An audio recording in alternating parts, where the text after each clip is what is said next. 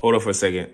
What's up, YouTube family? I would like you guys to make sure you like and subscribe to our video. It would help us get into the algorithms so we can be seen and bring more engaging content to you guys. So like I said, like and subscribe to our YouTube channel. Appreciate you.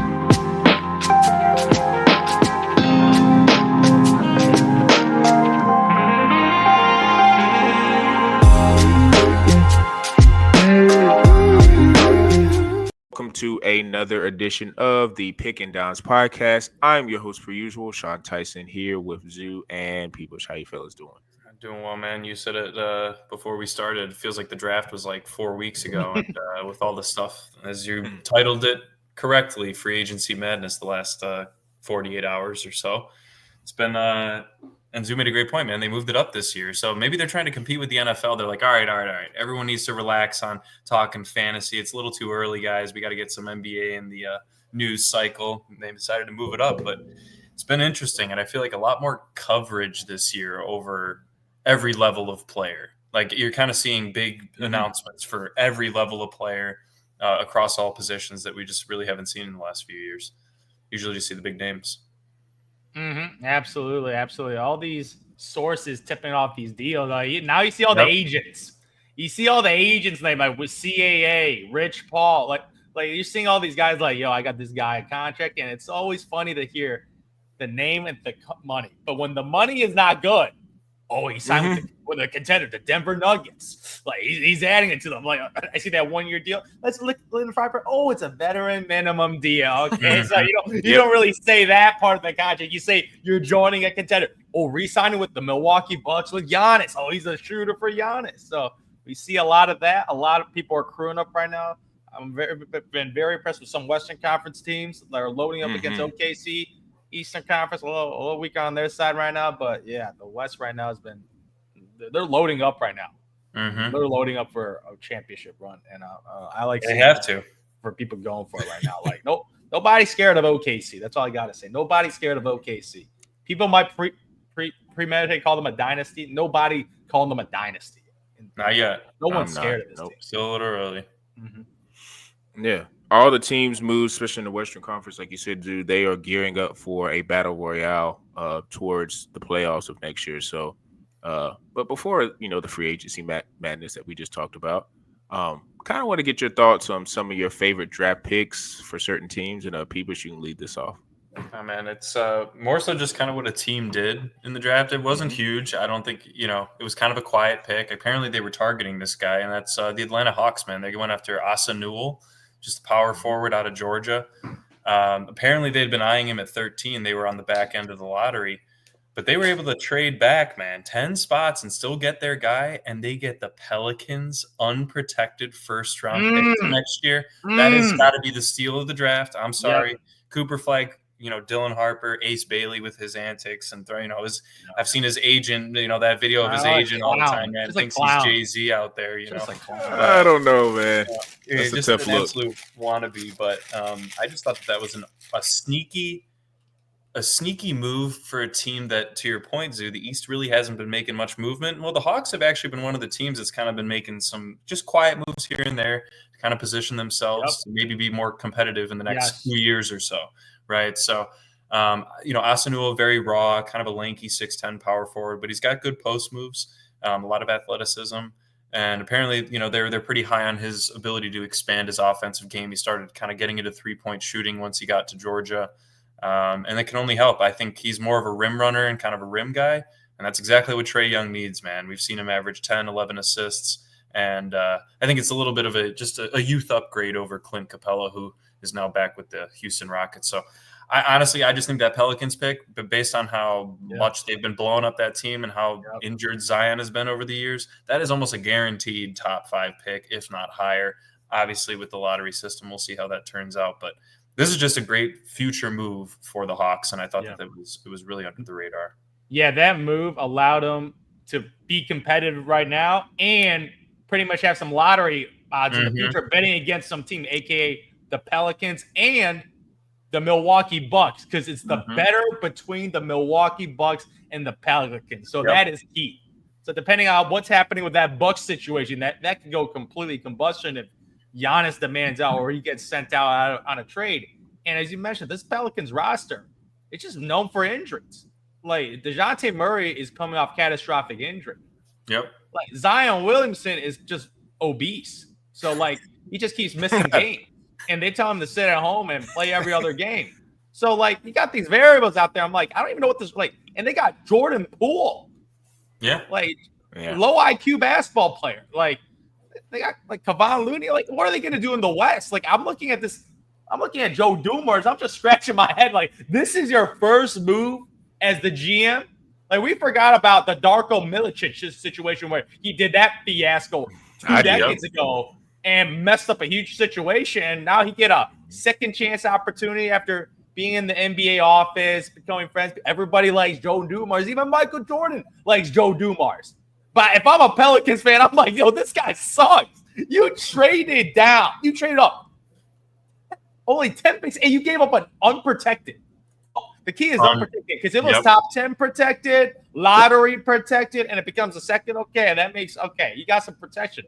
Naked, unprotected, your pick and Milwaukee. That is an amazing pick because if you look at the Western Conference, they're probably a bottom 5 Western Conference team, depending on how that might be the worst. Yeah, like this is a very competitive conference. Yes, like so you're looking at that. I'm like odds right now for them are to miss the playoffs and be a lottery team. So potential lottery pick they gave up just to get Derek Queen. I don't know if you guys are a big fan of Derek Queen, but I did not want him on the Bulls. That's all I said is please don't take Derek Queen because all I hear is lazy, doesn't work hard, defense issues, mentally he's not perfect for New Orleans. Yeah, I'm like, yeah, it sounds like Zion's little brother. Like, Jesus Christ, man, they're gonna get 2 guys that are kind of lazy and a little out of shape. So, yeah, I don't know what that situation, but shout out for Atlanta for getting that deal done because if that trade was offered to Chicago Bulls and they decided to pass on that to take this French kid better be the French freak, man, because if he ain't close to that, Jesus Christ, that is an absolute miss of a deal because that trade was a phenomenal trade for Atlanta Hawks. So, yeah, major respects for the new GM over there because doing really, really well right now. Starting fresh. Exactly. For me, personally, it's a little bias. It's a little Chinese bias, but Hansen Yang, baby. Young Hansen, a.k.a. Rich Paul, Clutch Sports. That was like 16th overall because I've heard his name a little. Yes. He was he was a projected first-round pick, but he was more 25 to 30. So 25 to 30 was his projected rank. Obviously, that was around his projected rank because he wasn't invited to the green room. So he was not a projected lottery pick. He went to he bought a ticket and went to Barclays to sit in the front row because he knew he was going to get drafted. He's like, you ain't going to invite me? I'm going to buy a ticket and go to Barclays with my family and make it to the NBA that way. So shout out to him for doing that. But it's a really, really interesting position because you look at the Portland Trailblazers. Oh, they had a lot of centers, but we see what they've done. We see the DeAndre Ayton situation. Oof. He was so bad, so lazy, being late for practice. They waived him. They're like, bye-bye, DeAndre Ayton. $26 million. Exactly. He's making a lot of money, and he was part of that. I believe that Damian Lillard trade. I believe he was part of the 3-team trade. He was part of the transaction. Like that was part of the return package. So I'm like, that was an absolute miss. So they sent him out. They still got that kid Donovan Clinton. They took last year, a good defensive player, but he's more of like a role player. Like he only got so much upside on there. And they still got Robert Williams, who I forgot about him. Yeah, he's still on the roster. Like he just struggles with injuries. He's really injured a lot. He's a really, really good player when he's healthy. But Mitchell Robinson 2.0. Yeah, pretty much very similar players. High impact, defensively, long, lanky, could guard pretty much all 5 positions, but always injured. But this is a shot. Like this is like taking a guy 10 picks above. Like this is like reaching in a fantasy football draft around. Like that's what they're doing. They put their goalposts down on this guy and be like, this guy could be a special player. Because this is with high conviction.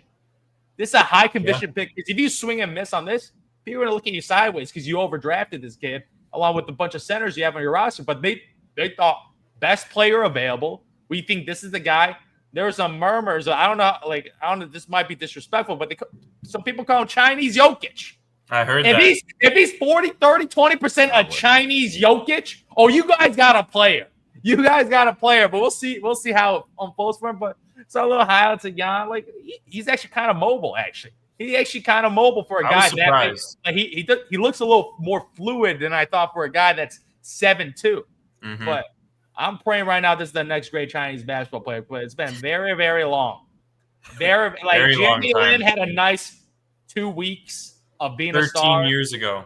Yeah, that was a long time ago. And before that, it was Yao Ming being an absolute beast with Shaquille O'Neal. Hey, so it's dude, been like 2 decades. You're forgetting about Yi Jianlian. Oh, Yi Jianlian. Do you know what they called him? The Chinese Kevin Garnett. No. One of the biggest busts ever, man. So Yi Jianlian really put back Chinese basketball players because he was a top 10 pick and he was an absolute miss. So I'm really, really interested in that situation, especially Portland. I don't know, you guys. One of their head scouts, Mike Schmidt's former ESPN. He joined the Trailblazers office. He's a very smart, like scouting guy, very good in international. So he's really, really good at scouting international talents. Like this is one of the few guys. Like he was scouting Wembanyama when he was an 11-year-old. You know what they're doing, Zoo? It's a little bit of a Jamal Murray, Nikola Jokic combo with Scoot Henderson and they're getting some nice young players now. Little Walmart version. Yeah, they're building something down there. Like, and the West, you got to get some high upside guy, and they think this guy got upside. I have no idea. Just by looking at him, like, hey, he might be a good player. He might be an absolute bust, but very, very interesting because that was a conviction pick where a lot of GMs are afraid to make that move. They could have traded back. Yeah, they could have traded back, but they're like, we're not going to risk it. We're going to take this guy because we think that this guy's going to be I think they're projecting him out as a starter. This is the type of pick you project him as a future starter. Off the bench. Everybody knows what a clean is. He's a nice center guy. He plays defense, but he's a role player. Like this guy has some offensive potential because of his passing that not many centers have. So that pick was the one that I raised my eyebrows. Everything else a little more predictable, but this I was just like, 16th overall. Very, very interesting. Very, very interesting. Yeah. Yeah, I like guys who are, I guess I don't want to say they're risky because I don't want to say it's risky because I think they do their homework to where it's like, oh, I like this guy so much. I've studied this guy. I've traveled. I've watched him in person, body language, talked to a bunch of people. I don't ever want to say, hey, they're taking a risk because to me, to your point, if he took a chance to take that pick, that means on his personal board, he had him way higher than a lot of other guys. And I think too, to your point about people trading back, maybe he could have done that and it would have been like a 95% chance he still would have got him.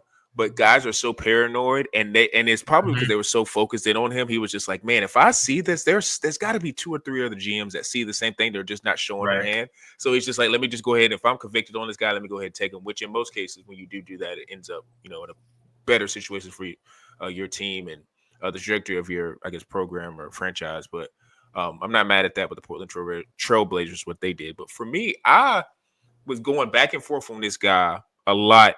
Just looking at and listening to people talk about him, the Con Kneppel guy from Duke, because I know people are enamored with shooting, and I do understand that.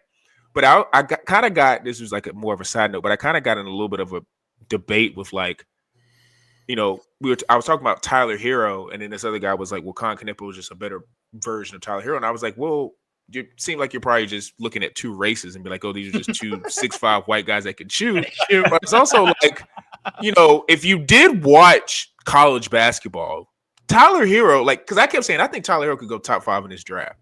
Like, Tyler Hero, now what we know of what he is, dude, Tyler Hero is not just a shooter. Like, he can create off the bounce. And I said, Con Kneppel really doesn't do that. But what Con Kneppel does do is he plays pretty decent defense, and he's a great shooter.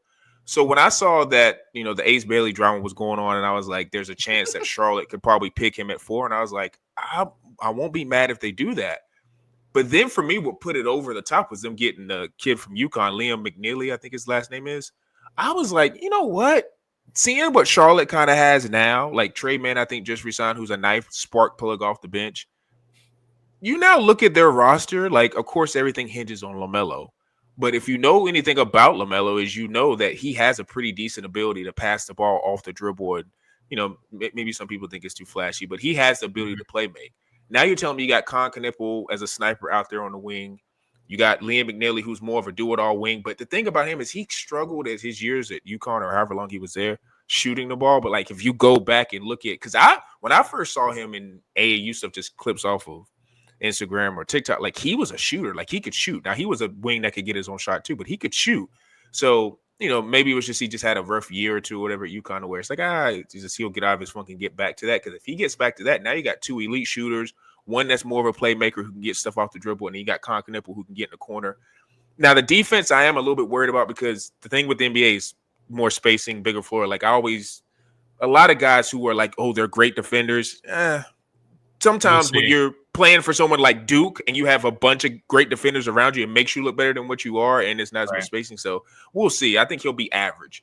He won't be a detriment, put it that way. But those two guys, and then they got I had his name pulled up. I think Kalkbrenner. Oh, who's another guy's like a center. Yeah, he's a guy who's very versatile center. Yeah, and it makes sense why they got rid of Mark Williams, because it's like kind of like, hey, we got this kid coming who we think could start for them. So go ahead. I was just gonna say, I think he's a better version of like a Klingon, to Zoo's point earlier. Yeah. Like he's that kind of like Klingon's a backup center role player. This kid has a chance to make more of an impact and kind of be like a bit more. Not maybe, I don't know. I was a little surprised that they traded Mark Williams. I mean, obviously they were trying to clear room for him and they didn't want to have that salary, but I do love that pick. Kalkbrenner was good for Creighton too in the tournament. Yeah, he was, and I think it's just more now the center. They're of course you have Jokic's and you have Embiid's and you have dominant centers, of course, and the dominant big man is definitely coming back. But for the new age center of what most teams want for their specific team is the guy who's the pick and roll, pick and pop. So to me, if you're an athlete there and you can shoot the three, you're going to work fine in a lot of systems in NBA. So I think he's a great pick. And then Zion James, who I think was more of an older player at Duke, but just a classic. He's going to come in and probably play for at least 7 to 8 years, 7, 9, 8, or 7, 8, 9, 10 years. It's just that consummate wing guy who can defend his butt off and shoot the open three. So I'm really excited what they kind of are projecting towards being. Do I think they're going to be a, cemented playoff team? No, but I do think they can fight for a play-in. And I think with Brandon Miller coming back, another wing that could come in, they just have a lot of depth. All of it, of course, again, is going to come down to Melo being serious about wanting to, I guess you would say, because I don't want to say he's not a winning player because, again, I don't play in the NBA. But it's like he has to accept the role of being the leader on the team. But, man, how they're building it out, I like it. NBA draft was a really good moment for a lot of those guys, a lot of different types of scenarios that they're going to be going into, and they'll be proving themselves in summer league to see how they fit. Maybe they can crack themselves in the rotation and, when the season starts. But, like I kind of was referring to earlier, man, as soon as the draft was over, it felt like I took a, quick little nap and woke up and it was free agency and it's just a bunch of, I guess you can't say Shams needs like he needs like a code or something. I don't even know what you would call it, but Shams alerts, whatever. That was Shamber alert. Shamber alert. Yeah, Shamber something alert. Like that. Yeah. So go ahead and trademark that. Go ahead and get that going. But yeah, seeing a bunch of different stuff going on with trades and signings and just it was kind of a little bit overwhelming. So Zoo, what was your favorite team and what they've been doing so far in free agency? We know where he's going with this one. Are you sure? Yeah, I do. Are you sure? Denver Nuggets. Okay, yes, you're right. Yeah, the biggest irony, I noticed that. I was like, oh, wow. Michael Porter Jr. for Cam Johnson, and they had to attach an unprotected pick to get rid of that Michael Porter Jr. contract. But wow! Finally, the GM is doing something because, like, I thought these types of moves, like that was just the first of it. I thought they made a couple more moves after that, but I thought these trades should have happened last year. They kind of like ran it back with the same roster and added Russell Westbrook. Like that's all they did. So. I'm looking at this roster right now. I'm like, okay, you get Cam Johnson, who's pretty much a Porter prototype. He's a 6'8" guy. He can shoot the three, but he's making like $15 million less dollars. So he can allocate, and he's healthier too. Michael Porter just always injured too. Like Porter Jr. was good for the team, but I remember when they gave him that max contract, I'm like, that's just a terrible decision. Like in this new CBA, if you give a max contract to not a max guy, your cap is completely screwed. And they had to rebalance the money. And getting rid of Michael Porter, it took a pick to get rid of that contract. Because that's why they made that trade. You get a Porter Jr. and a guy where he's comparable to Cam Johnson, but his contract sucks. But they're going to take the contract to get that unprotected pick. And that pick is like Jokic might be retired in Serbia.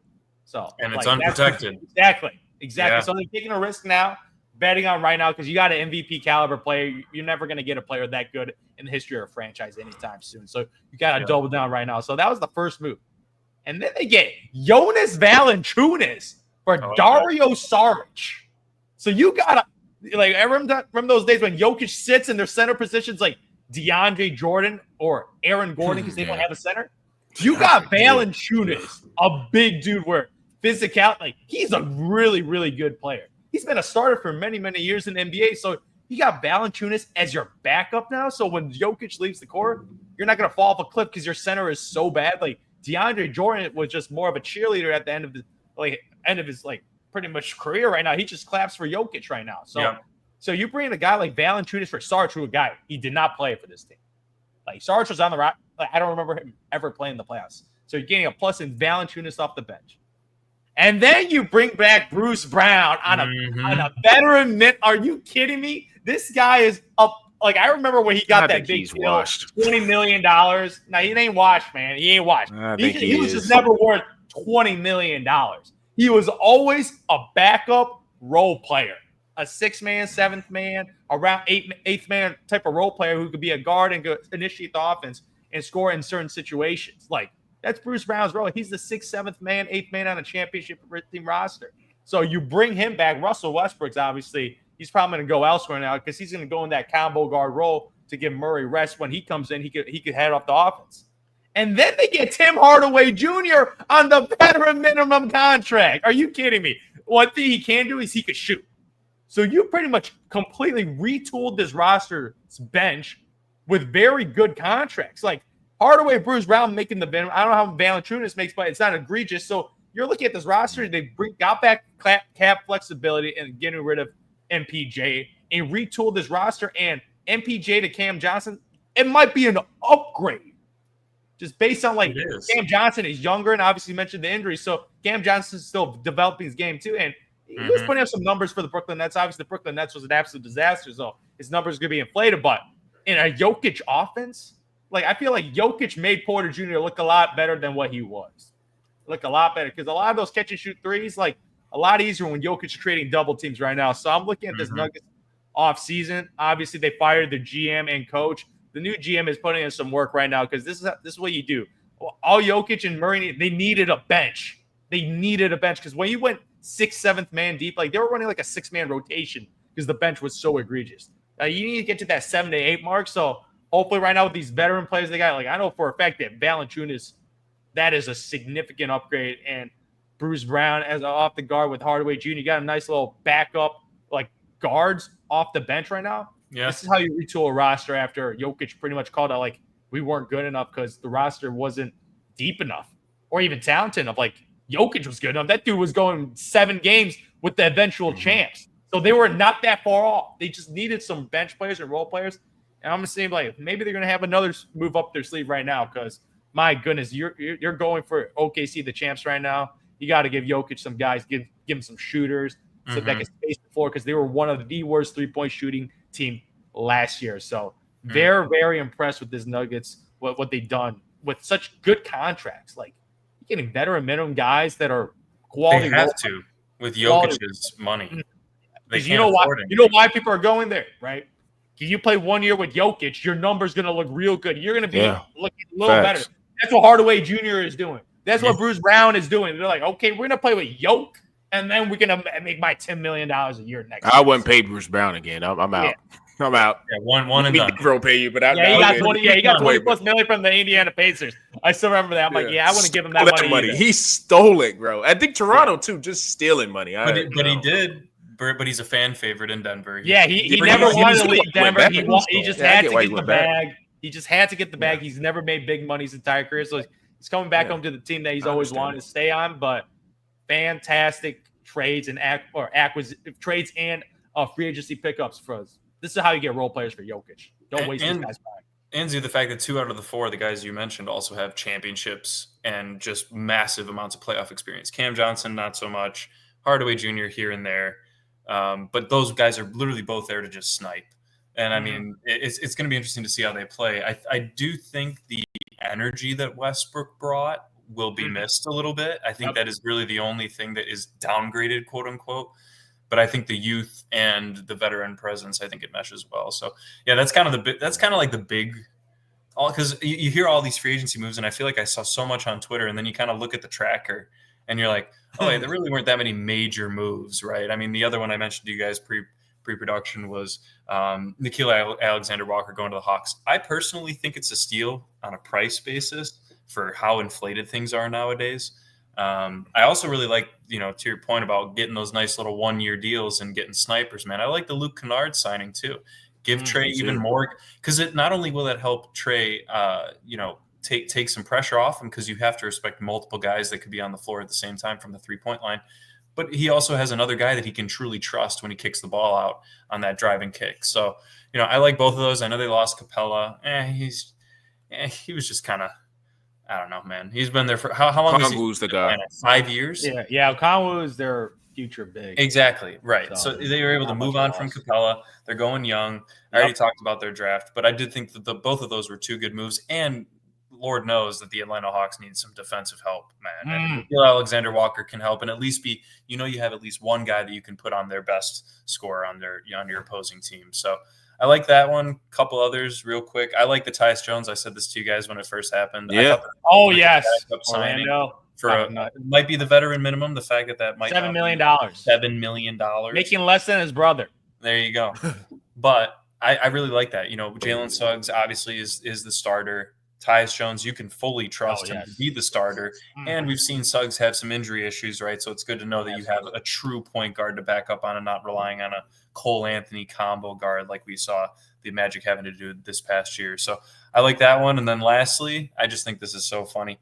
The Rockets are just eating up all the big men, man. So the Lakers they got 3 centers. 3 centers, man. And you know what? They're all quality enough to be either borderline average starters, or great role, backup centers on a team. And that's all the Lakers need, man. But right now they're stuck with Alex Len as their starting center. And I just can't believe I don't even know if he's there. Jackson Hayes, right? But, they got what? Steven Adams, Clint Capella, and obviously Sengun. They got 3 good centers. Yeah, but they got Adams, and then they take away Capella from the market too. And the funny fact that Mark Williams also gets traded, and it isn't to the Los Angeles Lakers. So, I don't know what the Lakers are doing, what Pelinka's doing. I know they signed that. I know what they're doing. They're not doing anything. They're not doing anything, right? Exactly. I got a prediction. Yeah. I think they want DeAndre Ayton off waivers. That could be possible. That's not going to mesh well. The thing is, DeAndre Ayton hasn't meshed anywhere. Yeah. DeAndre Ayton has all the physical skills, has all the even shooting touch, but the mental is just so weak, and he's just lazy. He only got is the only guy that could keep him in. Yeah, only CP3 was able to maximize him, but maybe Luka could revitalize his career. It would be LeBron to have to revitalize, because Luka will just get frustrated. He'll just get frustrated and say, "Trade him, get him out of here." He's turning into the new LeBron. He's like the anti, because he's like the opposite of Alex Caruso. Like, DeAndre Ayton has everything to be a Hall of Fame player. Alex Caruso has nothing, but that guy is trying his ass off. DeAndre Ayton is just lazy. Because mental. He's a number 1 pick. Lazy. And he kind of, like he said, he's like showing up late to practice consistently. Like, that's just unacceptable. I'm sorry. You know what? You know what's crazy though? On that front of the showing up late, I just saw a story with Mike McDaniel when he was talking after Jalen Ramsey got traded to the Steelers, which is NFL thing. But they were kind of, usually when a guy gets traded, they start talking about stuff that happened in the locker room, whatever happened afterwards. And apparently there was a thing in Miami where a lot of the guys, and Jalen Ramsey was like the ringleader, and guys were just showing up late to practice, and they were just taking fines because they didn't respect the head coach. And it's like I heard that, and I was just like, I kind of get maybe Jalen's angle of that because he's just a star player, and that's what they do. But I think that happens a lot, and guys just eat the fine. And to your point about Ayton, that's a diva tactic that I guess is attached to him because he was a number 1 pick, and he had his stint with Chris Paul, and it kind of put him in a straight and narrow. But yeah, to your point, it is very disturbing that you get bought out for as much money as he got bought out for. And it's just like, get out of here. Like, that's crazy. That amount of money he got bought out for. And he's 26. It's not like he's like 35 or he's old, no upside. He looks like he's 35. No, he does look a lot older than he is. But he looks older. This dude's 26 years young. Like, he's supposed to be like hitting his prime. This is a former number 1 pick, and it's not like he's a bust. He's like a very good player, but my God. No, I don't need a big, talented, lazy dude on my roster. He's gonna ruin the culture.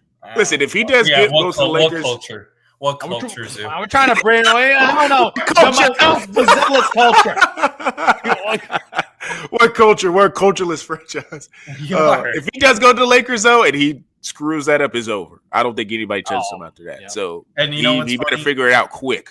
It's if that happens and the Lakers like miss it again, I know eventually Luka will get there, but Nico Harrison's just licking his chops right now, man. I gotta say, like they've just made they got the Cooper flag, they got paired up with they got Klay Thompson, obviously the other two. I mean, right now they might be in a little bit better of a situation than the Lakers overall. Okay, stop it. Kyrie's out for like half the year. Yeah, they just signed D'Angelo Russell. They just gave D'Angelo Russell the point guard job. LeBron is screwing this team over though with the cap. No, he can't. That's a misnomer. He ain't taking a pay cut. He worked exactly. He ain't taking a pay cut. He's $50 million. He's a good player. Only LeBron has to take a pay cut. No other star has to take a pay cut but Bron. I don't get it. Kevin Durant's never taken a pay cut. Steph Curry never takes a pay cut. Steph Curry took a pay cut with the team he had last year. Mm-hmm. It's a stupid. I hate that narrative. It's because it's Bron. But but Dallas, if they didn't sign D'Angelo and got Tyson, I'd be more happy. But I don't. Oh yeah. Tyus Jones would have been a way better fit. He's worth that contract than D'Angelo Russell. Like, what were they thinking? And I used to be in his corner. Until and I know it's the Nuggets and that was a tough matchup. But he's hard to play. D'Lo's horrendous basketball player. I'll just say Dodo Bird. I cannot defend him again. It's not horrendous.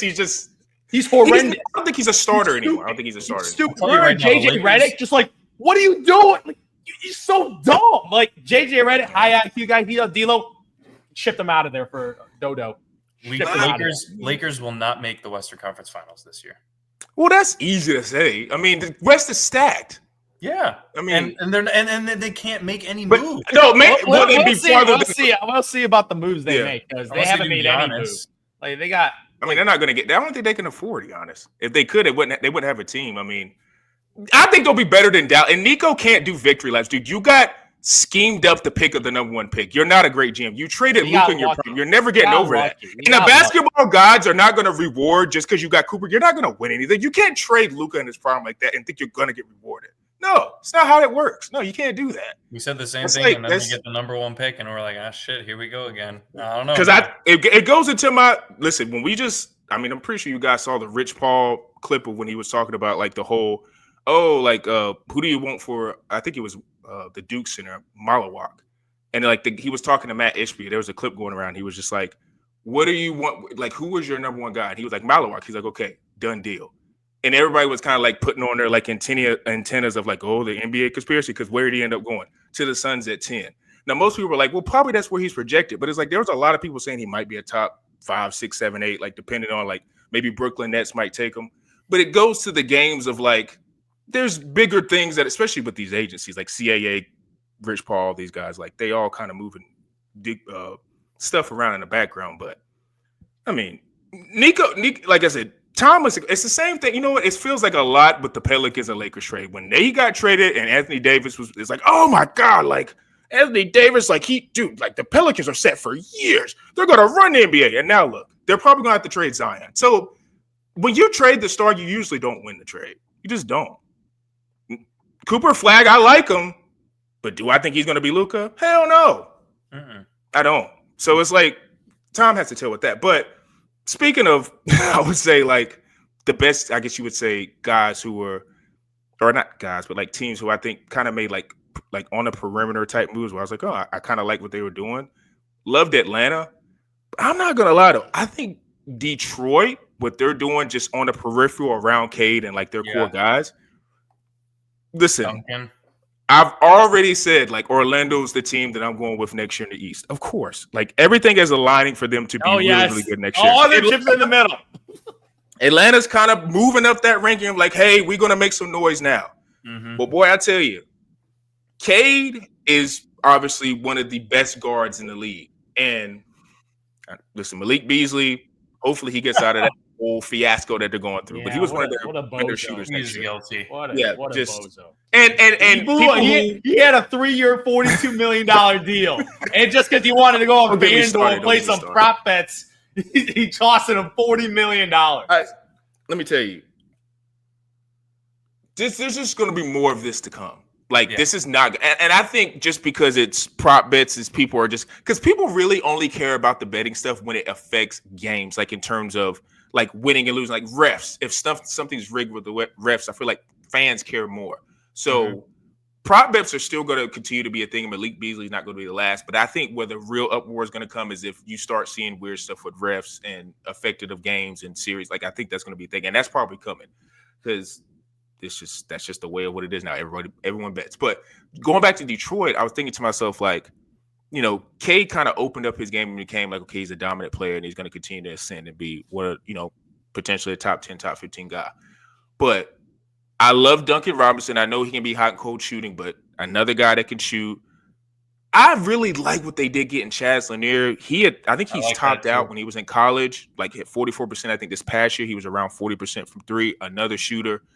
Now you're telling me two guys, or you got one guy you know who can shoot in the league, and you got Chaz Lanier who could possibly be another guy that could shoot.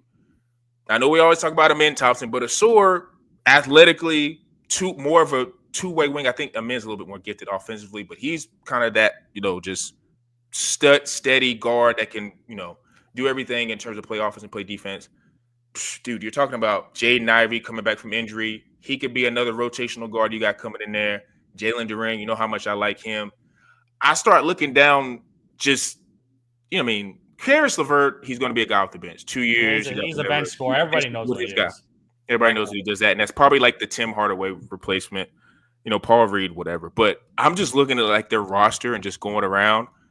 Ron Hall is another defensive guy. Like they kind of feel like not as talented, but they feel a lot like Houston in terms of their guys and their wing depth and their stars. Like before Kevin Durant got there, obviously, like their star was Sengun, so he was like the post guy, and then you have Jabari, and Jalen Green while he was there was a guy, but then he got traded away. But it's like Cade is obviously Detroit star, but the thing for Cade, and I think why he struggled at the beginning, is he just didn't have any shooting that was surrounded around him. Now you're bringing in guys that are shooting, and then not only do you have shooting, you have guys like Asar, Ron Holland, guys who were energy defensive guys. Yeah, I don't know, man. It's obviously, again, it's Orlando for me, but Detroit, depending on how they start next year and how these guys mesh together, they could be a problem for some teams because they're building out a team that's going to have a lot of depth. And Jaden Ivey in that draft was like everybody's like, he's a top whatever guy, and he's kind of came to the league as like I don't think people are out on him, but they're just kind of like maybe he's like a six man, but he could make a jump and be just another explosive guard. And if he actually makes a crazy jump, then the sky's the limit for them because they have a lot of young guys who are ready to compete, ready to play. Is it Bickerstaff their coach? I think. Yeah, couldn't really get it done in Cleveland, but he, I guess a lot of people around the league like him, respect him a lot. So, when I saw Duncan side with him, I was like, oh, well, interesting. Guys can make shots, and dude, I just look at it like, hey, man, take a shot. It's the East, man. You don't know. You just don't know what's going to happen. I was telling people before you got on, Zoo. I was like, dude, yeah, talk about the Bulls stuff, but like, dude, if you get to the playoffs, anything can happen. Anything in the East I feel like can happen. Trey Jones could turn into new combo guard of the year, man. Just saying. It's just a different mentality than the West. Like if Detroit was in the West, I'd be like, oh, these are decent moves. But it's like they'll probably be fighting for 5th through 8th. So it's like, okay, whatever. But in the East, dude, it's like they're a part of that group that I always talk about. It's like they're ready to run. Like, so regular season, they're going to play hard the entire year. So they're going to be, I feel like if they're just playing hard throughout the series, they're going to be a top 4 seed just because they're playing hard. They're young guys. They're not like I was just talking about the Lakers or the older teams where it's just like, they're just positioning for whatever. No, they're going to be running gun, right up and down. So we'll see. But I like that. I like that they're taking chances, and we'll see, man. Like I said, it's the only way to win. Luck. Yeah, good luck trying to figure out what's going to happen at all, especially on that side of the conference. I got to mention this. Like, speaking of the East, like, I got one of your thoughts about the Damian Lillard waiving for the Miles Turner acquisition. Because I'm looking at technically, I'm like, what? He got waived? I'm like, what? They're stretching it, and Miles Turner was their acquisition? I don't like so they pivot to in win now mode. Like, that's a win. Are you getting Miles Turner? That's a win now trade right now because they lost their center, Brook Lopez. He obviously went to the Clippers, so they need a new center. Yep. They brought in Miles Turner, who is kind of similar to Brook Lopez, stretch 5, doesn't rebound, paid him bunch of threes, plays block shots, like very similar younger. player. Yeah, pretty much a younger Brook Lopez. Mm-hmm. They got rid of Dame because Dame has a torn Achilles, so he's washed. He's out. And pretty much they're like, the East is so open that we're going to do it without Dame and $20 million in our cap every single year for the next 4 years and try to go for it with this roster.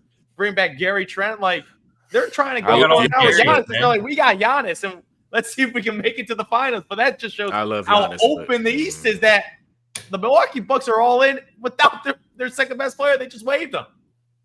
You know what makes me not off of the train, too? Because when they drafted last year, I think it was Jalen Green's brother. His name is AJ Johnson. I was really high on him because in high school he was a super, super duper prospect. Sometimes, when you go overseas, people forget about you and it's like whatever. He got drafted, I think, in like the second round.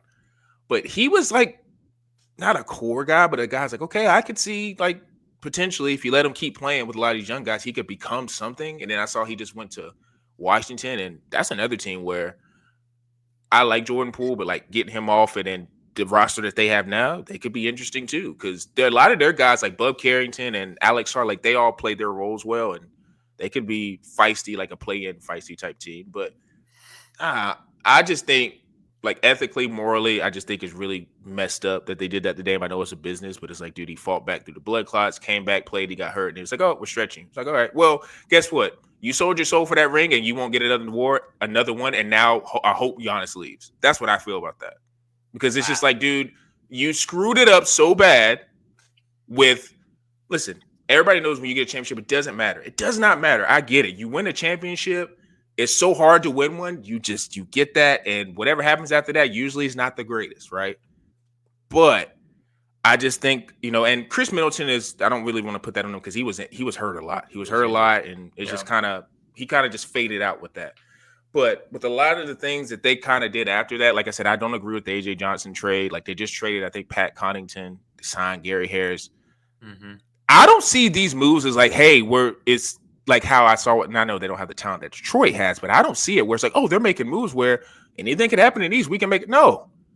It's kind of like, oh, you got Giannis, and Giannis is so dominant, and we think that because he's so dominant, it's going to lift other tides that are on the team. And it's just like, okay, we'll see. Like Miles Turner, to your point, dude, he's just a little smidge more athletic than Brook Lopez. You paid him $107 million. Well, I will say that because I want to ask you this. Championship bump. It's too much money, and it is weird because I don't know their guard situation right now. Like Gary Trent, right? But trustworthiness. Come on, man. Like Kevin Porter Jr. Yeah, I like KP, but no. But what I will say, so that's the uncertainty there. Tyus Jones would have been a great signing for the Bucks if they could have done He's that. great everywhere, yeah. He was great anywhere, but to a team that truly needs it, like the Magic didn't. That's just a nice luxury to have for the Orlando Magic. For a team like the Bucks or even the Lakers, to your guys' point, like they kind of need that, whether it be for depth or starter. But I will say that I think one of the reasons why the Pacers had struggled a lot in the finals was because they were starting Miles Turner at the 5, and he's not a rebounding guy. Well, when he goes to play with Giannis, he doesn't have to be. So he can actually kind of play the power forward position. Yep. And I'm curious to see that could actually open up his game a little bit more because he's no longer relied upon by the team to be a rebounding guy when that's just not what he is. He's a shot. He's one of the weirdest He's such a good shot blocker, but he doesn't rebound. I don't get it. It's a very rare combination. But because rebounding is hard. maybe him. He's a finesse guy. That's why he's right. But maybe him playing with Giannis is actually like a better fit. Yeah, I think he fits with Giannis well because Giannis plays in, he plays out. Exactly. Giannis is physical rebounds. He's more of a guard. Whereas it was just him and Siakam or him and Toppin, just like this is just an upgraded situation in the front court, right? But their backcourt is so uncertain that I know, as you said, kind of a win now. It's more of a let's be mediocre, maybe a 5 or 6 seed. Like that's in this East. That's where they could be, even if and that's only because Giannis is just going ham, and that's the problem. Is like I don't want to rely on Giannis having to be like just so going full throttle during the regular season just to get you to the 6th seed. Because then it's like that's part of the reason why they haven't had as much playoff success because he's been breaking down. Like he's been breaking down in the offseason. Or not offseason, but in the playoffs. So it also kind of feels like, okay, we'll see what happens during or close to All-Star break. We may trade Giannis because I think the leadership in Milwaukee kind of sees the writing on the wall too. Like I know it's Giannis is trolling on Twitter or he's on TikTok doing all this crazy stuff, living his life. But if I'm management with I would say Milwaukee, like, hey, I got the championship with Drew, did all that stuff. Or like think about their three guys that were sidekicks to Giannis. Drew ended up being traded, whatever. Chris Middleton ended up breaking down, and then Dame ended up breaking down. And sometimes you just was Lopez. Yeah. And that's crazy because Lopez was kind of seen as like a guy who's a little bit older and he's, he's on his last leg and he somehow figured out to keep getting more contracts. So shout out to him. But it's just kind of like, I don't want to say 3 strikes you're out, but it's just kind of like, we kind of maybe have run its course with this. And it's like, Giannis, I'm not saying he's by no means going to be like, oh, he's declining, but might just have to be in a position to be like, hey, let's get some draft picks, trade Giannis to wherever he wants to go to and start over because this is kind of the last year of this, I feel like Giannis experiment with like these different parts. I just don't see where else is going to get better because I don't know what trade they can make with their other guys and be like, oh, Giannis wants to stay now. Unless Giannis is comfortable and happy. I don't know. What's Darius Garland's situation? Because that's one that I would consider that the Bucks. He's recovering from an injury right now. That's the thing. Exactly. Yeah, but he's another small injury-prone point guard, except he's smaller than Dame. Like, he's puny. But there's just not many options. So, if they're really going to try and gun it, with this East, that could be an option that they go for, but it doesn't entice me that much. Like, it's also tough with, like, small guards because it's just we just have too much evidence. It's just like, yes, Giannis being paired with a guy like Giannis as a small guard may help, but it's still that second option as your small guard is. I got you guys. Kobe White and Vooch for Giannis. Come on. We'll throw in Patrick Williams too. Throw in a couple picks, a couple future guys. That actually. That won't get it done. But if Kobe White was a part of a package with Giddey and maybe one of y'all's picks you just had, you could maybe get Giannis with that, with a bunch of picks. But isn't there like a rivalry, Chicago and Milwaukee? Like, happening? They don't like Bulls fans because Bulls fans just go up there and take. Yeah, we go up to Milwaukee. Yeah. They go up to Milwaukee. Yeah, that's not. Yeah, I think that's why it's kind of doesn't work. So did they not do? I mean, I guess because that wasn't the trade. That was Miles Turner just signed with. Milwaukee, right? As a free Isn't there a thing like the Indiana just? If I would have got hint that he's going to Milwaukee, I probably would just sign him just out of spite. I don't know if I want him going. And they didn't. The owner did not want to pay luxury tax for a year without Halliburton. That was the reason. Yeah. That's fair. Yeah, like I think they would extend it if Halliburton was not injured, but so a lot of these.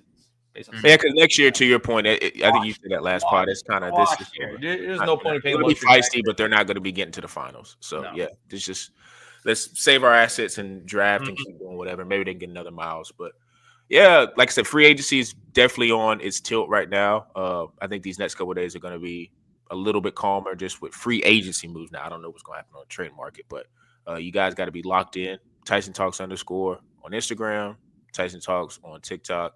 Quattro Knows on YouTube, 5-star reviews on our YouTube channels and on our Spotify and Apple platforms. Make sure you give us a thumbs up. Comment if you disagree or like some of our stuff so we can also get algorithms. And for me, Zoo, and Peebush, we are out.